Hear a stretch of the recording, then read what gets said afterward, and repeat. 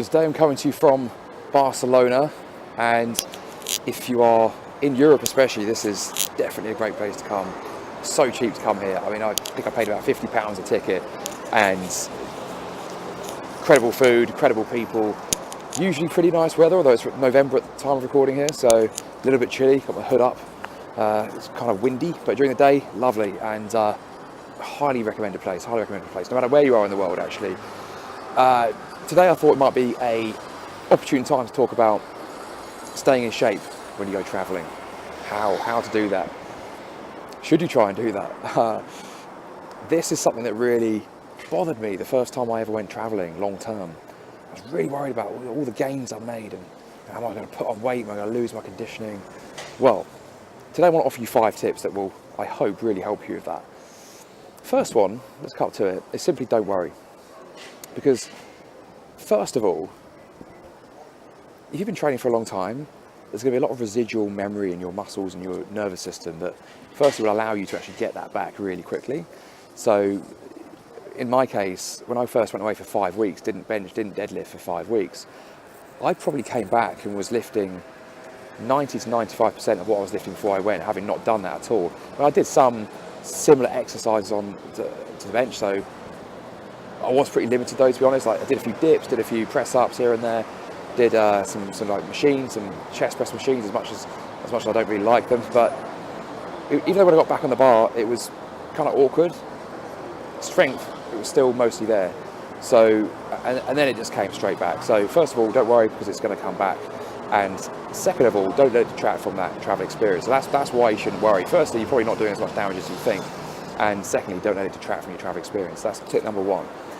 Tip number 2 relates to your training itself. Now, you don't really want to be a gym rat when you're abroad, in the sense that you've got to get in there 5 times a week or twice a day or whatever it is you're doing, because again, that is going to take you away from holiday mind to an extent.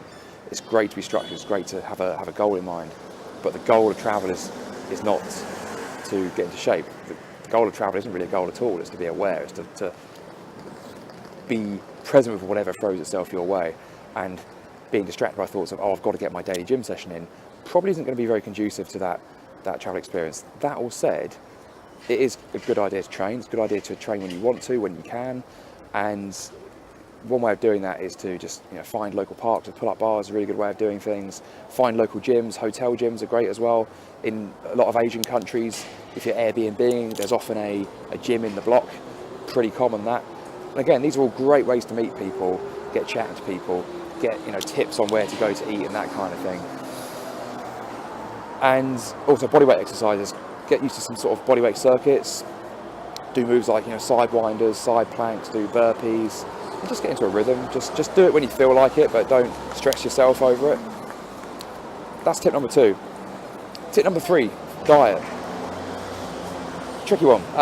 Eat clean when you can. In some countries this is clearly easier than others. You're going to have to loosen up on the diet a little bit. Again, you're probably not going to be doing as much damage as you think, depending on how long you go travelling for, of course.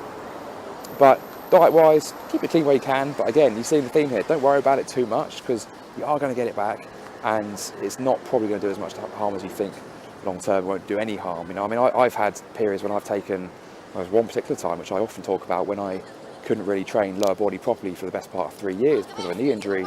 It got quite complex, and I didn't treat it very well. I had to go through 8 or 9 physios, and yet when I finally found a physio that figured out my problem, I was back to where I was within 3 months, and then beyond soon after. So again, don't worry, being a bit of a theme here. But diet, do what you can. Fourthly, walking. To quote Rolf Potts, walk until your day gets interesting.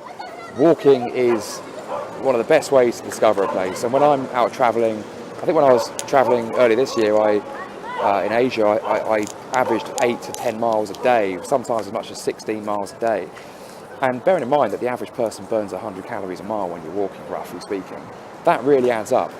A lot of people don't realise how impactful walking can be on your body fat percentage, because A, most of us simply don't do a lot of it, and B, we just don't feel like we're exerting ourselves. Don't need to exert yourself to burn energy. Everything you do, every movement you make, requires body fat, generally speaking, if it's low intensity, to fuel it. So walk, killing 2 birds with 1 stone. Getting to know a place, experiencing it, but also burning body fat. What could be better? Tip number 5 is, I forgot what tip number 5 was. Tip number 5 is use it. Use the feeling of anxiety as an obstacle. It's all about the mindset training. You know, if you want to get tough, and being tough is absolutely key to living life first, then these are obstacles you need to overcome at some point. If you are so prone to feeling sort of bad about yourself that you can't take a few weeks out and not worry about your training, then I would suggest you go and do it, and you get through it. You know, these things are all valuable in the long term. Not only their experience, but this really is the essence of training the mind. You know, it's seeing these things, seeing this resistance and the craving to go and work out, or the resistance from not working out. And you might think this is kind of ironic, me saying this, because I love the gym and I love nothing more than being in shape, and if I'm not in shape, I don't feel great about myself. But do not underestimate the value in having to deal with that object, that resistance, just like any other. And if you want to really make it in your mindset and your health, then that's something you've got to go through. Similar thing applies to injuries. I mean, show me an elite athlete that hasn't had some kind of injury. I would say that not only are they very, very common, they're actually probably necessary to understand, to gain the experience. So tip number 5 is use it. You know, in some sense, it's a bit of a fulcrum. I mean, you don't want to spend your whole life in that place, but here and there, it's actually very useful. So guys, I hope you enjoyed that. I hope you took some value from it. I shall chat to you again tomorrow.